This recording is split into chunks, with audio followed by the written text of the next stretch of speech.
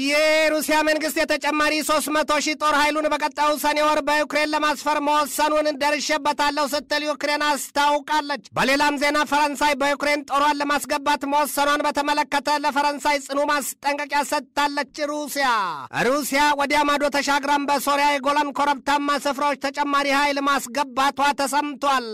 ይህንኑ ርዕሰ ጉዳይ በዓለም አቀፉ ትንታኔ ዘገባችን መርጠን ተመልክተነዋል። ከትንታኔ ዘገባው ጋር ትዕግስቱ ቀለነኝ በሩሲያና በዩክሬን መካከል የተጀመረው ጦርነት 770 ቀናትን አስቆጥሯል። እንዳብነት እንኳን በተጠናቀቀው የመጋቢት ወር ብቻ ሩሲያ ከ3000 በላይ የአየር ላይ ቦምቦችን ከ600 በላይ የሰው አልባ የጦር አውሮፕላኖችንና ከ4000 በላይ ሚሳይሎችን በዩክሬን ላይ መተኮሷን የዩክሬኑ ፕሬዚደንት ቮሎዶሚር ዘለንስኪ አስታውቀዋል። በዚህ በተያዘው የአውሮፓውያኑ 2024 ዘመን ብቻ ከ100,000 በላይ ሩሲያውያን በሩሲያ ጦር ኃይል ውስጥ ለማገልገል መመዝገባቸውን የሩሲያ መከላከያ ሚኒስቴር አስታውቋል። ይሄ ቁጥር የተመዘገበው ደግሞ በቅርቡ በመጋቢት 22 2024 በሩሲያ ክሮከስ የሙዚቃ ኮንሰርት አዳራሽ ላይ ከደረሰው የሽብር ጥቃት በኋላ መሆኑ ነው።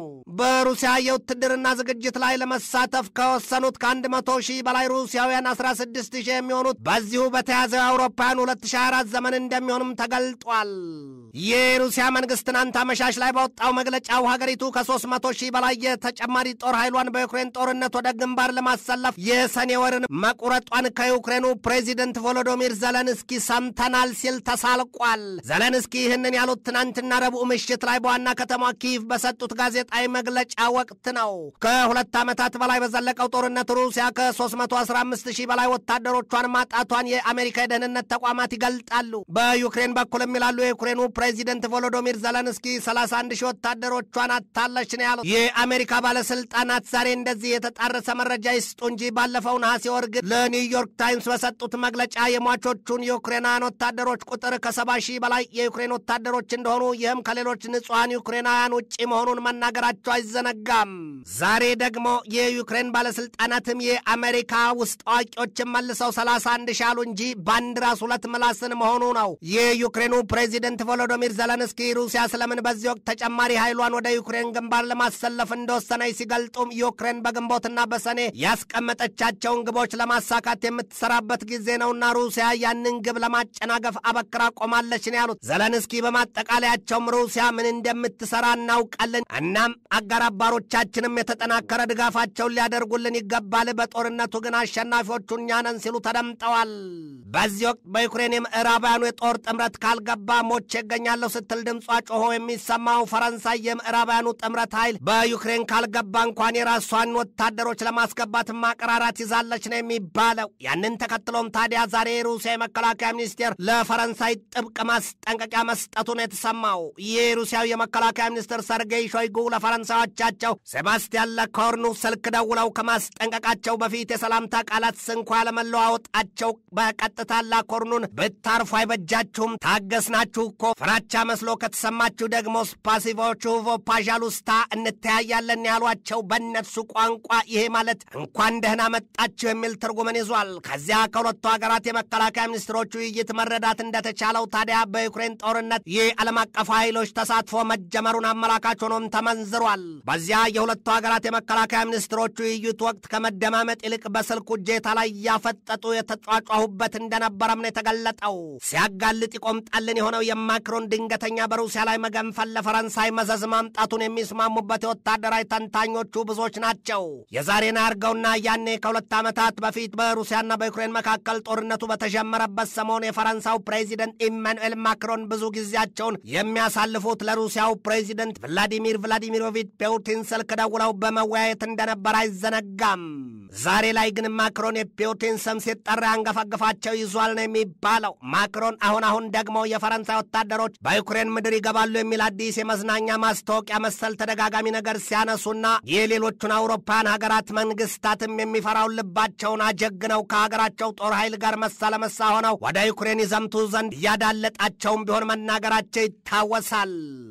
ወል ስትሪት ጆርናል በዛሬ ሰበር መረጃው የፈረንሳው ፕሬዚደንት ኢማኑኤል ማክሮን ከአሜሪካው ፕሬዚደንት ጆ ባይደንና ከጀርመኑ መራሄ መንግስት ኦላፍ ሾልዝ ጋር ሰፊ ውይይት ማድረጋቸውን አደባባይ አስጥቶታል። ማክሮን በዚህ እንዳሯሯጭ ወይም ፓስመከር ፊት እያሉ በሚታዩበት አቋማቸው ዛሬ ላይ በምስራቅ አውሮፓ ጉዳይ የፀሐይን ብርሃን ያህል ከፍ ብለውና ግብራቸውን ባይሆን ድምጻቸው እየተሰማ እንደሆነ ታስቧቸዋልና ሰውየው ለቤት ቀጋ ለውጭ አልጋ ይሉትናቸው ሚሏቸዋል። እንዴት ቢሉ ደግሞ በሀገር ቤት ድንገት እየገነፈለባቸው ያለውን ህዝባዊ ተቃውሞ ለማሳደብ መሆኑን ቀድመው የሚያሳዩባቸው ብዙዎች ናቸውና ነው። ወዲህም ደግሞ ማክሮን በድፍን የአውሮፓ አህጉር ተጽዕኖ ፈጣሪነቱን ለመቆጣጠር መሻት አላቸው ነው የሚባለው። እናም ከፊት ቀድመው መታየታቸው ለዚያ እንደሆነ ይነገርባቸዋል። ይህ ማክሮን መሰሎቹ ብዙዎቹ ናቸው። የራሳቸው እያረረ የሌሎችን ማማሰል የሚዳዳቸው የራሳቸው ሀገር ሰላም ተበጥብጦ መፍትሄ ከማምጣት ይልቅ ይብሱን ውጥረት ማካረር ውስጥ የገቡት የአፍሪካን መሪዎች ስማቸው ለብጤዎቻቸው ይቅር እንጂ ብዙዎች ናቸው። ይህ ማክሮን የዚህ መሰሉ አቋምና ጮቤ መርገጥ ግን በምዕራባውያኑ በተለይም እንደ አሜሪካና እንግሊዝን ወዲያም ጀርመንን በመሳሰሉት መንግስታት ዘንድ ዝምታን አስመርጧል። ለምን ቢሉ ደግሞ ሶስቱ መንግስታት አሜሪካም፣ ጀርመንም እንግሊዝም ሩሲያን በተገቢው ያውቋታልና ጉዳዩ በቋፍ ያለ ስለሆነ ሶስቱም ሊከተላቸው የታቀደው የበቀል በትርን እንደ ቅዝምዝም ጎንበስ ብለው ካላሳለፉስ በስተቀር በፈረንሳይ መንግስት ማክሮን አቋም በቀጥታ ያንገት መቀላትን ያስከትልባቸዋል።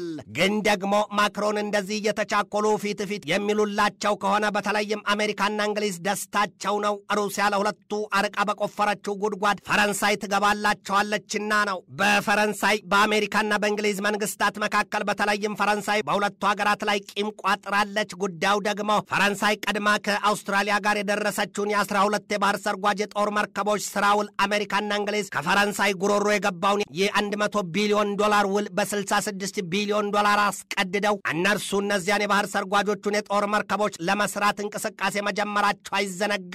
ወዲህ ደግሞ ሶስቱ ሀገራት አሜሪካ፣ አውስትራሊያና እንግሊዝ የአውኩስ ወይም የሶስትዮሹ ጥምረት አባል መሆናቸው ይታወቃል።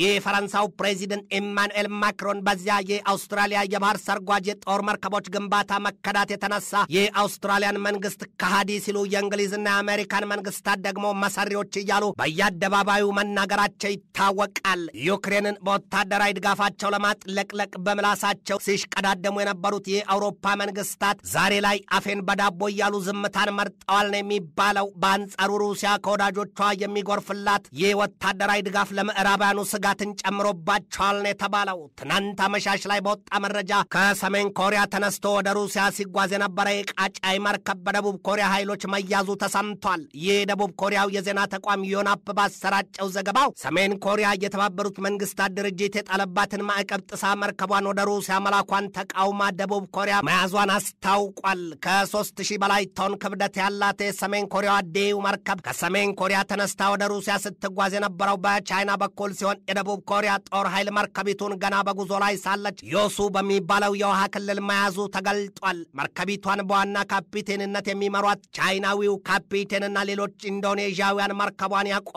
ዘንድ ከደቡብ ኮሪያ ኃይሎች ትዕዛዝ ሲሰጣቸው አሻፈረኝ ማለታቸውና የኋላ ላይ ግን ተገደው ወደ ደቡብ ኮሪያዋ የወደብ ከተማ ቡሳን መወሰዳቸውን የኒው ቮይስ ኦፍ ዩክሬን ዘገባ ያስረዳል። መርከቢቱ በውስጧ ከነበሩት 13 ሰዎች ውጪ ስለጫነችው ቁስ ይህንን ዘገባ እስካጠናቀርንበት ጊዜ ድረስ አልተሰማም። ይህ በእንዲህ እንዳለ ሩሲያ የፖሊስ ኃይሏን በሶሪያ የጎላን ኮረብታማ ስፍራዎች ማስፈሯ ተነግሯል። የሩሲያ የፖሊስ ኃይል በተጨማሪነት ያሰፈረባቸው ስፍራዎች በሶሪያ ኩኔይትራና ዳራ ግዛቶች መሆኑም ነው የተገለጠው። የሩሲያ የመከላከያ ሚኒስቴር ባወጣው መግለጫው እስራኤል በዚያ የጎላን ኮረብታማ ስፍራዎች የምትፈጽመው ጥቃት እየጨመረ መምጣቱ አሳስቦኛል ሲል ተጨማሪ ፖሊስ ኃይሉን መመደቡን አስታውቋል። ሞስኮው በተጨማሪም እስራኤል በሶሪያ የምትፈጽመው የዚያ መሰል ተቀባይነት የሌለውና አላስፈላጊ ጥቃትን ታቆም ዘንድ ጥሪ አቅርቧል።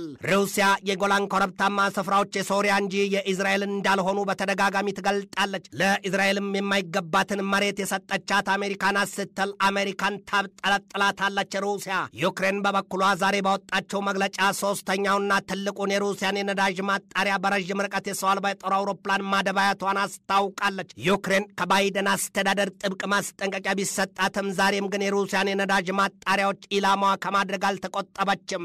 ሰሞኑን የሰሜን አትላንቲክ ጦር ቃል ኪዳን ድርጅት ኔቶ የውጭ ጉዳይ ሚኒስትሮች ለዩክሬን የ100 ቢሊዮን ዩሮ ወታደራዊ ድጋፍ ቃል መግባት ተከትሎ አባል ሀገራቱ ፍርሃትና ጥርጣሬ ውስጥ መግባታቸውን የፖለቲኮ መረጃ ዛሬ አውጥቶታል። ለወትሮም ሳያሸበላ ዝንጀሮ ሲስል ያመሻልን ሆነዋል የሚባሉት የዚያ የሰሜን አትላንቲክ ጦር ቃል ኪዳን ድርጅት ወይም ኔቶ አባል ሀገራት ዛሬ የማይተማመን ባልንጀራ በየወንዙ ይማማላልን ሆነዋል ይሏቸዋል። የሩሲያ ቆፍጣና መሪዎች በበኩላቸው ለ50 ምጣድ አንድ መራጃ ይበቃል ሲሉ አፍጥጠውባቸዋል። ትንታኔ ዘገባውን ስናዘጋጅ በዋቢነት ኒውስዊክን፣ ስፔክታተርን፣ አልጀዚራን፣ ጄሩሳሌም ፖስትና ዘ ማሪታይም ኤግዜኪዩቲቭን ተጠቅመናል።